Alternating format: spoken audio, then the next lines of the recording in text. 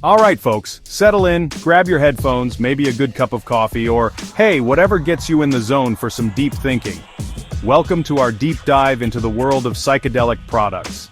We're not just scratching the surface here. We're going to peel back the layers on these substances that have, for centuries, and now more than ever, been a source of fascination, controversy, and incredible potential. It's a wild landscape out there with a ton of information, misinformation, and a whole lot of personal experiences that shape our understanding. We're here to try and make sense of some of it, to look at it from different angles, and really get into what these things are all about. Today, we'll explore the different types of psychedelics, their advantages and disadvantages.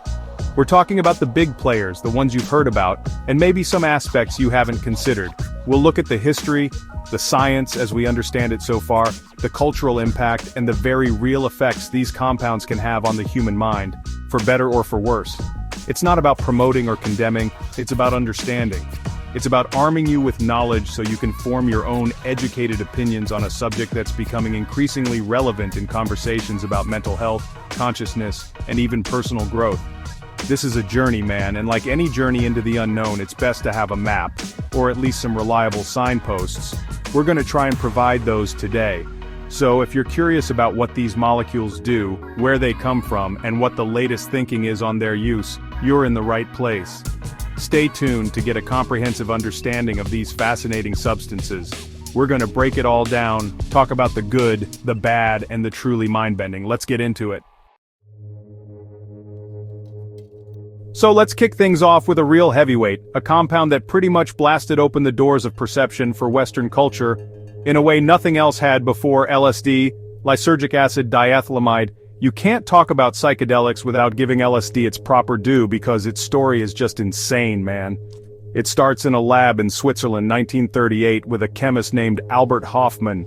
He wasn't looking for a psychedelic, he was working for Sandoz trying to synthesize a respiratory and circulatory stimulant from ergot, a fungus that grows on rye.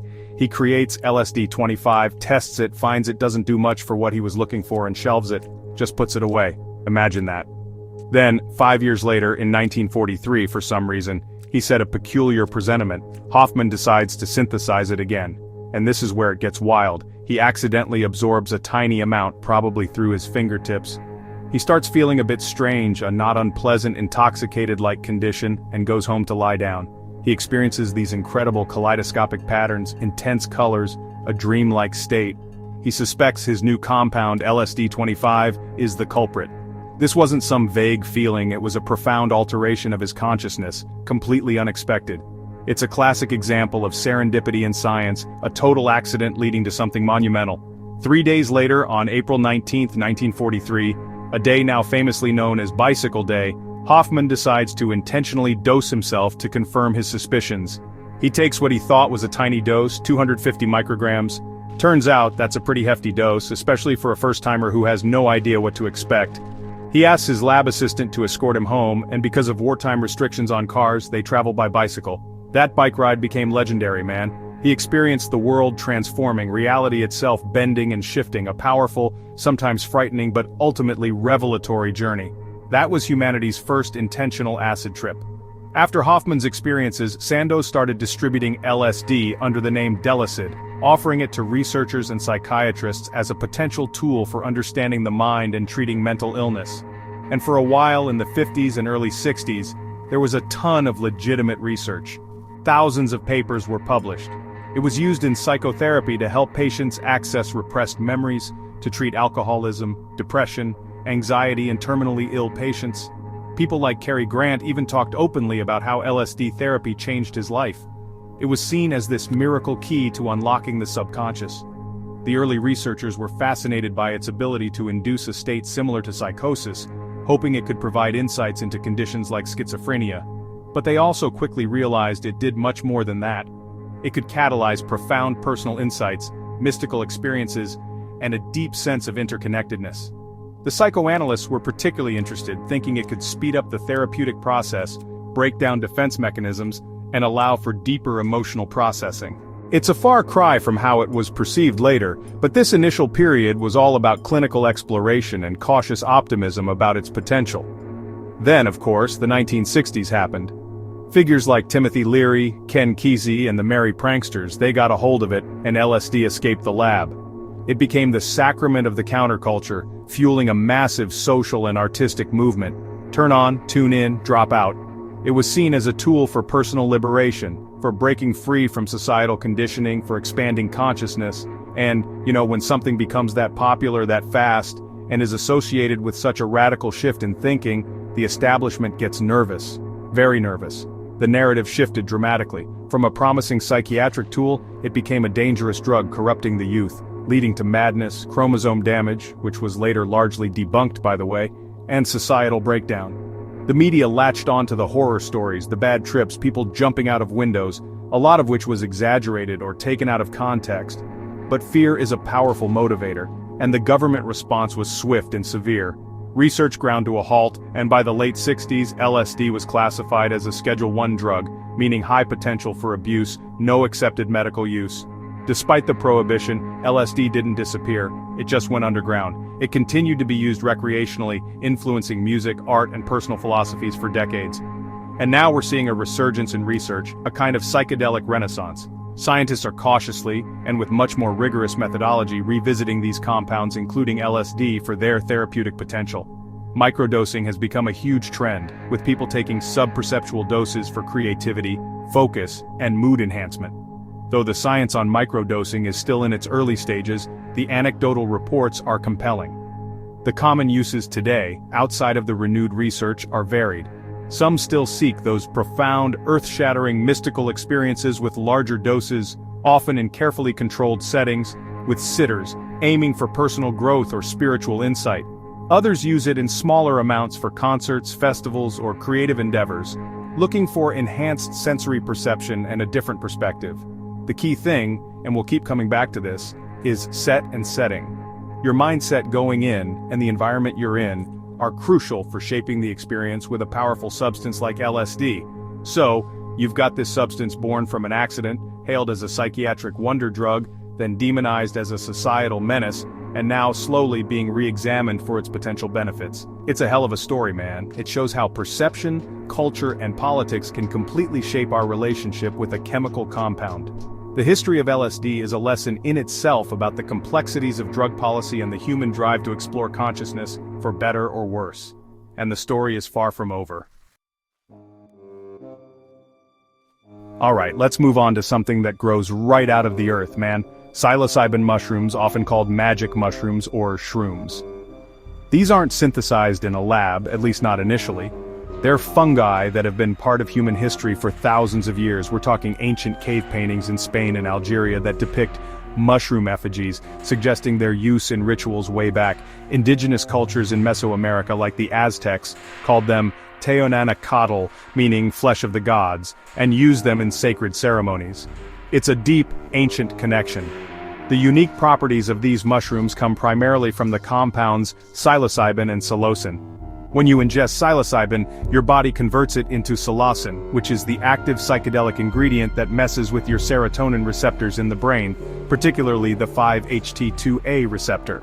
This is similar to how LSD works, but the experience, while sharing some common psychedelic hallmarks, is often described as qualitatively different. Many people report a more organic or earthy feel to the mushroom experience, perhaps because of its natural origin and the complex interplay of various alkaloids present in the fungus, not just psilocybin. There are hundreds of different species of mushrooms that contain psilocybin, each with varying potencies and slightly different alkaloid profiles. You've got Psilocybe cubensis, which is probably the most well-known and widely cultivated, Psilocybe semilanceata or liberty caps, Psilocybe cyanescens, and many others. This variety means the experience can differ, not just based on dose, set, and setting, but also on the specific type of mushroom consumed. It's like with cannabis strains. Different types can give you different vibes, different nuances in the trip. The effects of psilocybin are dose-dependent, of course.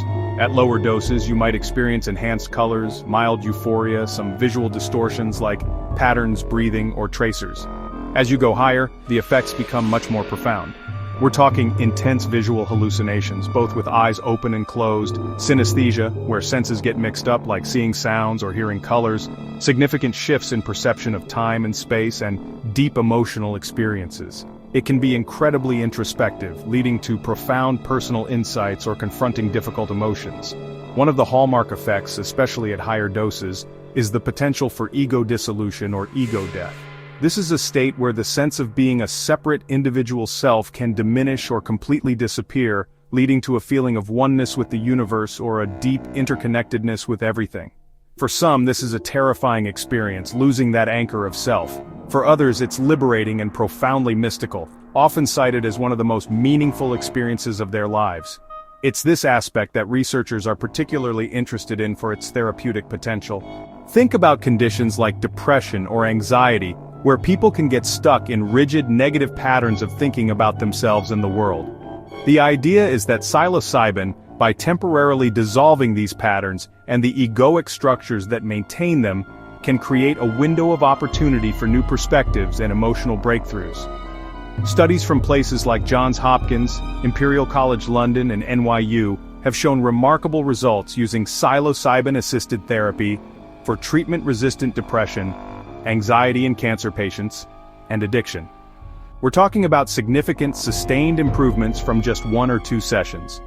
The unique thing about psilocybin, compared to, say, daily antidepressants, is that it's not about continuously medicating. It's about catalyzing a profound experience that can have lasting psychological benefits. The therapy part is crucial, though. It's not just about taking mushrooms. It's about the preparation before the session, the guided experience during, and the integration afterwards, where you make sense of what happened and how to incorporate those insights into your life. That's where the real work and lasting change happens. But it's not all sunshine and rainbows, right? Magic mushrooms can also induce challenging experiences or bad trips. These can involve intense fear, paranoia, confusion, and distressing hallucinations. Again, set and setting are paramount. Being in an uncomfortable environment or going in with a lot of anxiety or unresolved issues without proper support can increase the chances of a difficult time. That's why the traditional use was often in a ritualistic context with a shaman or guide, and modern therapeutic use emphasizes a safe, supportive setting. Another unique property is just how variable the experience can be. Even the same person taking the same dose of the same mushrooms can have vastly different experiences on different occasions. It really seems to interact with your current psychological state, your intentions, and even subtle environmental factors. It demands respect. You can't just casually pop some shrooms and expect a predictable outcome, especially at higher doses. It's a powerful tool for exploring the mind, and like any powerful tool, it needs to be handled with care and knowledge. So, psilocybin mushrooms offer this incredible bridge between ancient shamanic practices and modern neuroscience. They're a naturally occurring key that can unlock some very deep and mysterious parts of our consciousness. The research is incredibly promising, pointing towards new ways of understanding and treating mental health conditions that have been notoriously difficult to manage. But it's also a reminder that nature itself provides some of the most potent and mind-altering substances known to us. It's a fascinating area, man, and we're just beginning to rediscover what these fungi have to offer. Chapter 3. MDMA, the empathy enhancer, and its therapeutic promise. Alright, let's shift gears a bit and talk about a substance that's not a classic psychedelic in the same vein as LSD or mushrooms, but it definitely alters consciousness and has profound psychological effects. MDMA, or 3,4-methylenedioxymethamphetamine. Most people know it as ecstasy or Molly. While it can have some mild psychedelic effects at higher doses, its primary action is as an empathogen or entactogen, meaning it enhances feelings of empathy, emotional openness, and connection with others. It's a fascinating molecule with a really interesting history and incredible therapeutic potential, especially for PTSD. MDMA was first synthesized by Merck in Germany way back in 1912. They weren't looking for a psychoactive drug, they were trying to develop a compound to control bleeding, and MDMA was an intermediate chemical in that process. It was patented and then pretty much forgotten for decades. It wasn't until the 1970s that its psychoactive properties were really explored, notably by Alexander Sasha Shulgin, the legendary psychopharmacologist. He synthesized it, tried it himself, and recognized its unique potential for enhancing introspection and interpersonal connection without the intense sensory distortions of classic psychedelics. Shulgin introduced MDMA to psychotherapists in the late 70s and early 80s, and for a while before it hit the rave scene and became widely known, it was used as an adjunct to therapy. Therapists found it incredibly useful for helping patients, particularly couples, open up communicate more effectively, and work through difficult emotional issues.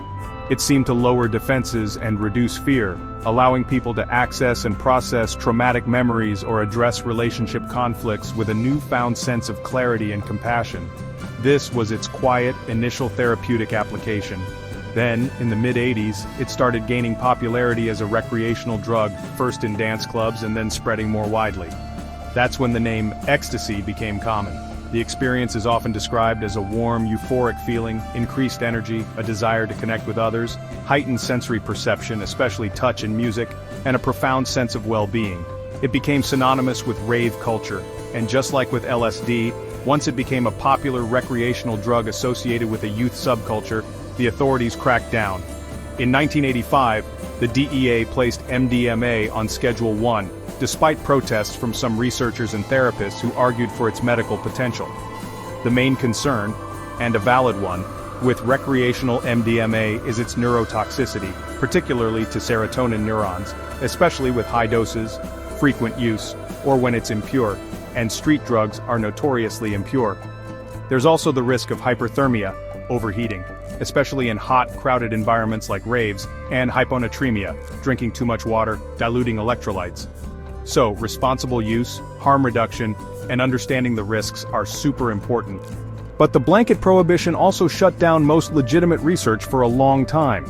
Now, fast forward to today, and MDMA is at the forefront of the psychedelic renaissance, specifically for treating post-traumatic stress disorder, PTSD.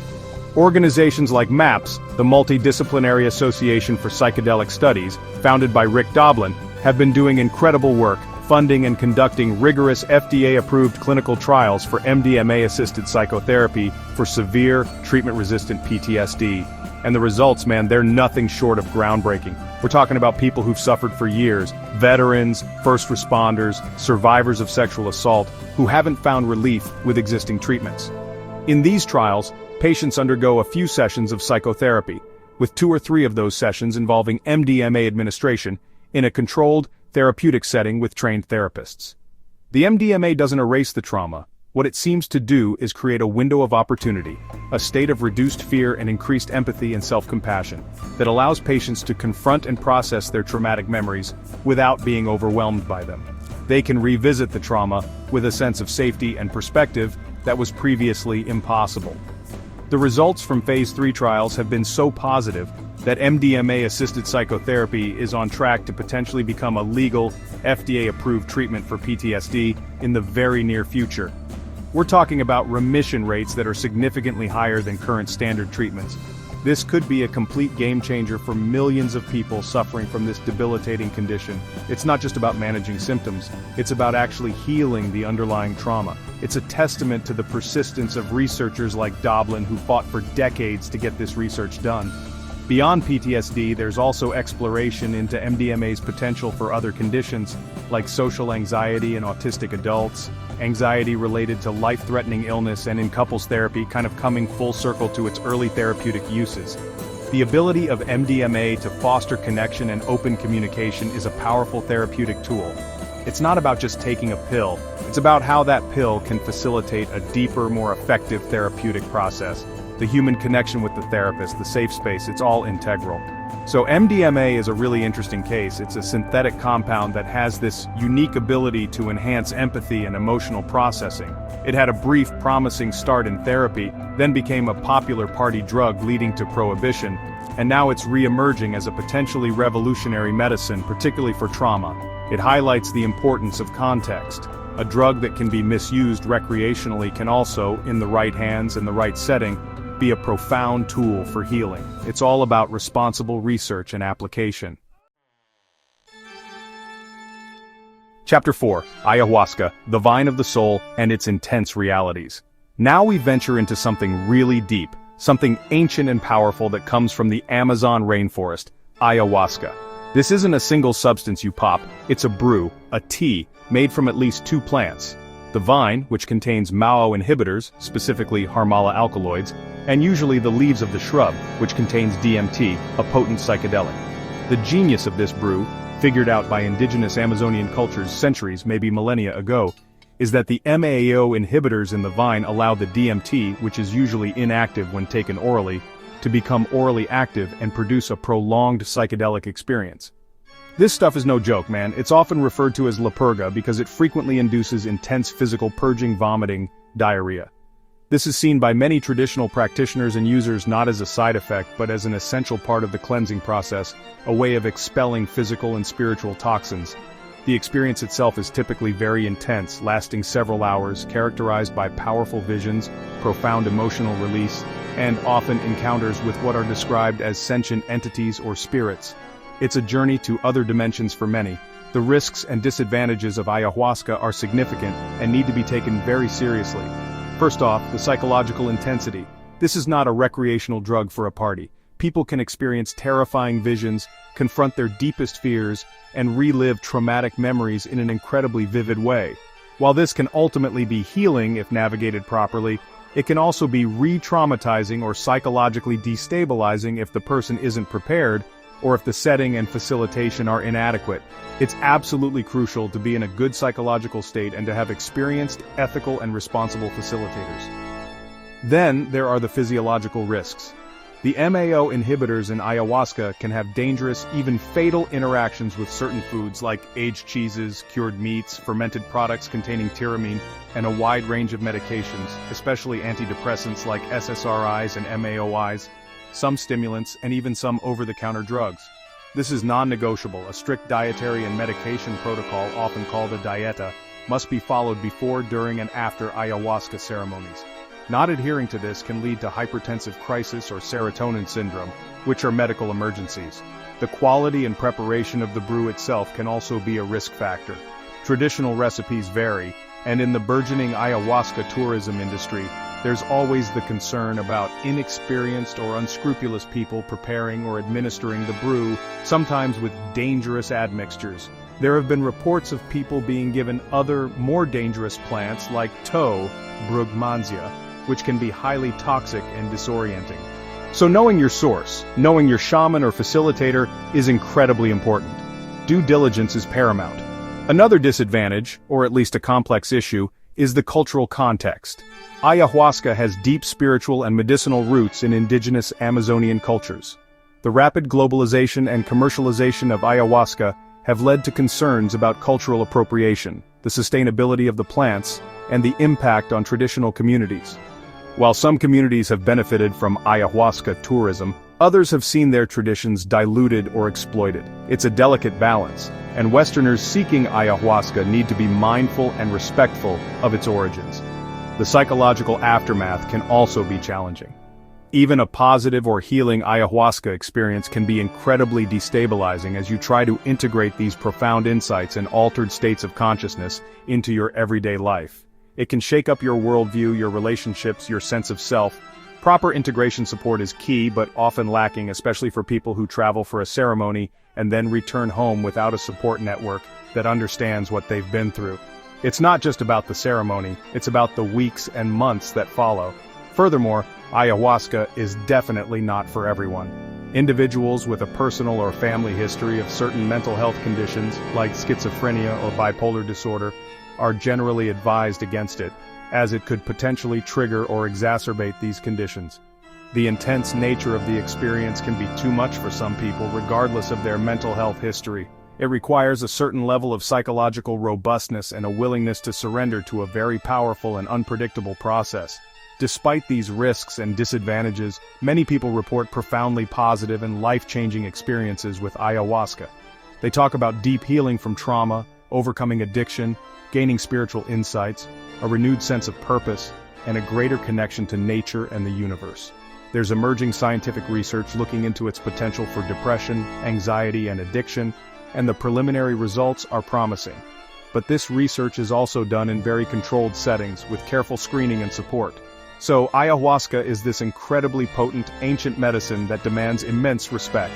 It offers the potential for profound healing and transformation, but it also carries significant risks if not approached with caution, preparation, and proper guidance.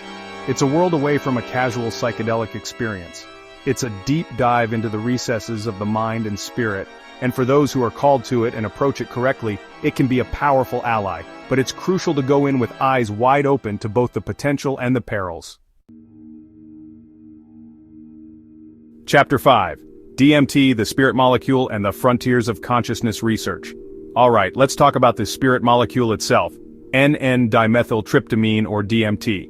This is one of the most potent and fast-acting psychedelics known to man. It's a naturally occurring compound found in numerous plants and animals, and even in trace amounts, believed to be produced in the human brain, though its exact function there is still a subject of intense research and debate. When we talked about ayahuasca, DMT is the key psychedelic component, but when DMT is smoked or vaporized in its pure form or injected, the experience is drastically different, incredibly intense but much shorter, typically lasting only 5 to 20 minutes. The onset is almost instantaneous, often described as being shot out of a cannon or a rocket ship into another dimension. Users report a complete dissolution of normal reality, replaced by an overwhelming flood of complex geometric visual patterns, encounters with entities or beings that seem intelligent and autonomous, and experiences of traveling to alien landscapes or higher dimensional realms. It's so far beyond ordinary consciousness that people struggle to find words to describe it. Ineffable is a word that comes up a lot. The overall impact of a DMT experience can be life-altering, even from a single session. Many people report it as the most profound and significant experience of their lives, leading to fundamental shifts in their understanding of reality, consciousness, and their place in the universe. It can shatter pre-existing beliefs and open up a sense of awe and wonder, or sometimes intense fear and confusion if the experience is overwhelming. The sheer intensity is something that cannot be understated. Dr. Rick Strassman's research in the 1990s at the University of New Mexico was pivotal in bringing DMT back into scientific conversation. He administered hundreds of doses of DMT to human volunteers in a controlled clinical setting, meticulously documenting their experiences. His book, DMT, the Spirit Molecule, detailed these studies and explored his hypothesis that endogenous DMT, perhaps released by the pineal gland, might be involved in naturally occurring mystical states, near-death experiences, and even birth and death. This research really opened the floodgates for a new wave of thinking about DMT. Current research is still trying to unravel the mysteries of DMT. Scientists are looking at its effects on brain activity, using fMRI and EEG to see what happens when someone is in that DMT state. There's interest in its potential therapeutic applications, though this is less developed than for psilocybin or MDMA. Some researchers are curious if it could help with end-of-life anxiety, similar to psilocybin, or if its ability to rapidly induce profound shifts in perspective could be harnessed for other mental health conditions. But the research is challenging due to the intensity and short duration of the experience. One of the most fascinating and controversial aspects of the DMT experience is the frequent reports of encountering entities or beings. People describe these entities in various forms: elves, aliens, angels, insectoids, guides, teachers, and often report complex interactions, communication, and receiving information or insights. Whether these entities are projections of the user's own subconscious, archetypes, or something else entirely, is a huge philosophical and scientific question. Strassman himself was perplexed by the consistency and realism of these encounter reports. The debate around endogenous DMT is also ongoing. Is it really produced in the human brain in significant enough quantities to play a role in consciousness? If so, what is that role? Some theories suggest it might be released during dreaming, deep meditation, or extreme stress. The pineal gland, often called the third eye in esoteric traditions, has been a focus of speculation, but concrete proof of its role in producing psychoactive levels of DMT in humans is still being sought. It's a tantalizing mystery. The impact DMT has had on art, music, and culture, particularly in more underground or psychonaut communities, is undeniable. The imagery and themes from DMT experiences often find their way into visionary art, electronic music, and philosophical discussions about the nature of reality. It pushes the boundaries of what we consider possible, what we consider real. It challenges our materialistic worldview and forces us to confront the profound mystery of consciousness itself. So, DMT stands as perhaps the most potent and enigmatic of the classic psychedelics.